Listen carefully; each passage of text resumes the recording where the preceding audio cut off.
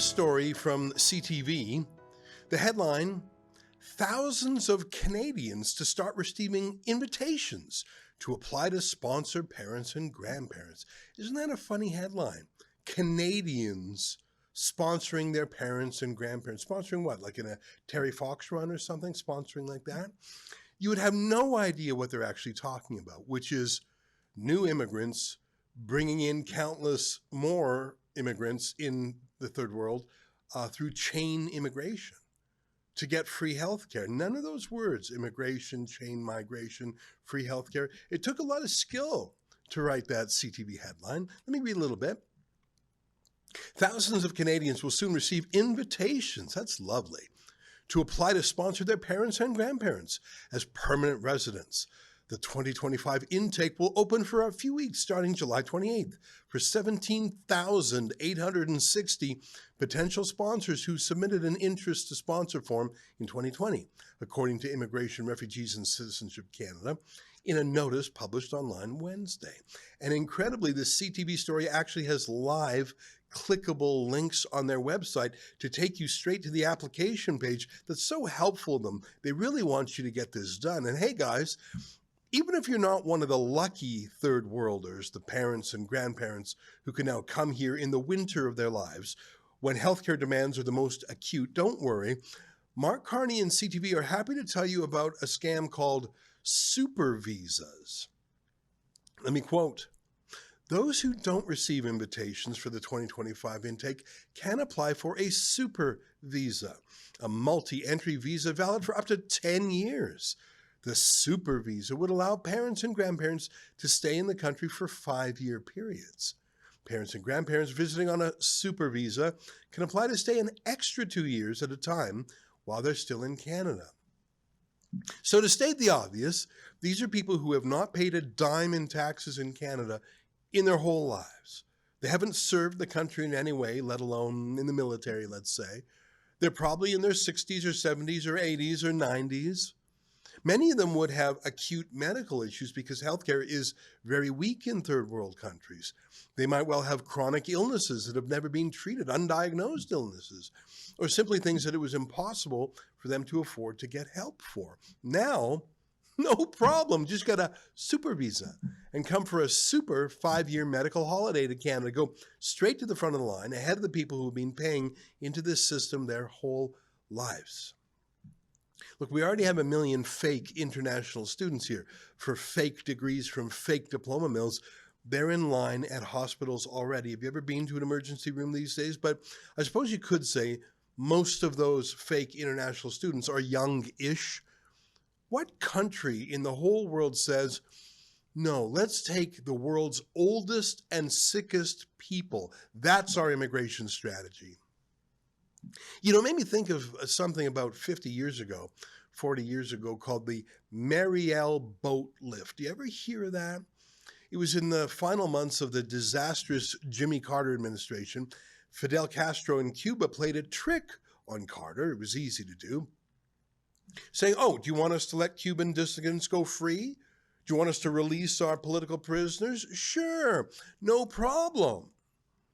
But of course, they did something else, didn't they? They emptied their prisons. They emptied their insane asylums. Now, of course, some of the people who came over were legitimate refugees, and some were just ordinary people, some of whom have done very well in Miami, of course, but around 125,000 Cubans and 25,000 Haitians came over in a matter of weeks, just en masse.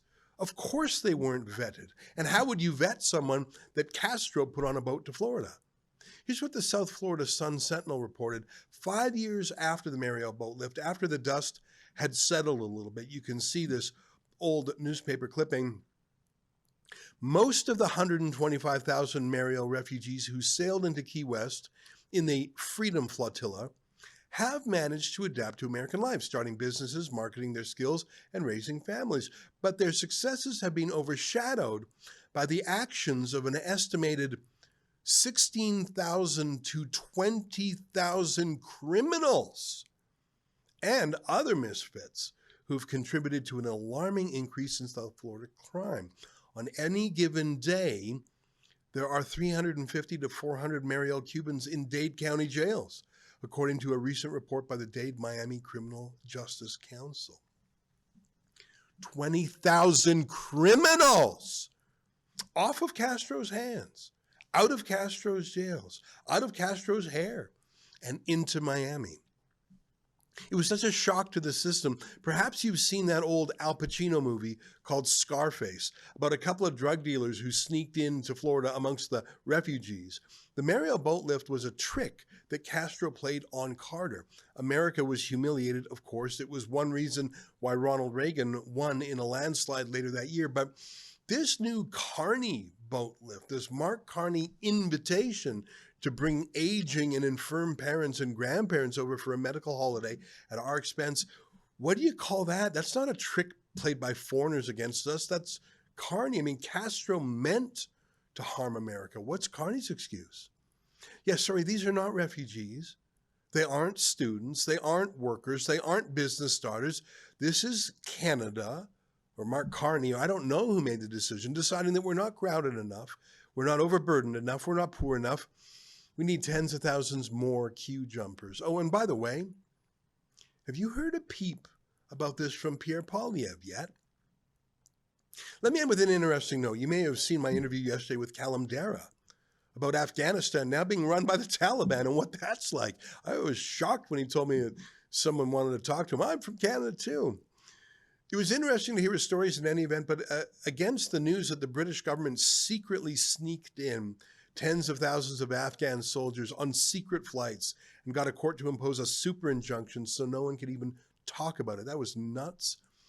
Here's another news item that came out since then. This was just today.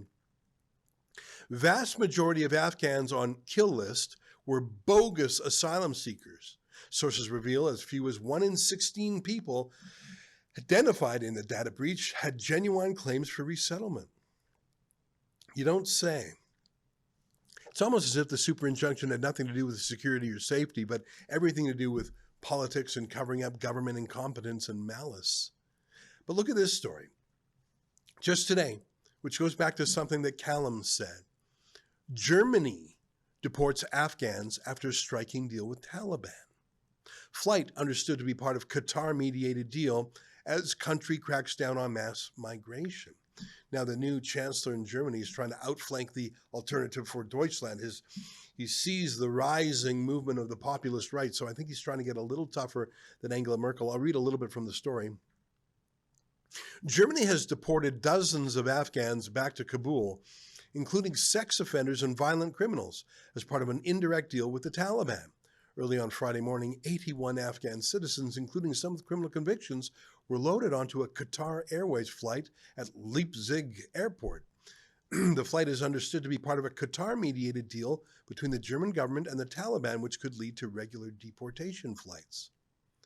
They're sending them back. They're remigrating them. Germany is. At least 81 so far. That's a start. They needed a middleman, Qatar, which is a terrorist-friendly country, as you may know, because Germany itself doesn't have official relations with the Taliban, which run Afghanistan again, but now with American weapons. But who cares? Get them out. Remigration. Just get them out, whatever it takes. If Germany can do it, the UK can do it. And if the UK can do it, Canada can do it. But like I say, who will call for it? Will Canada's Conservatives?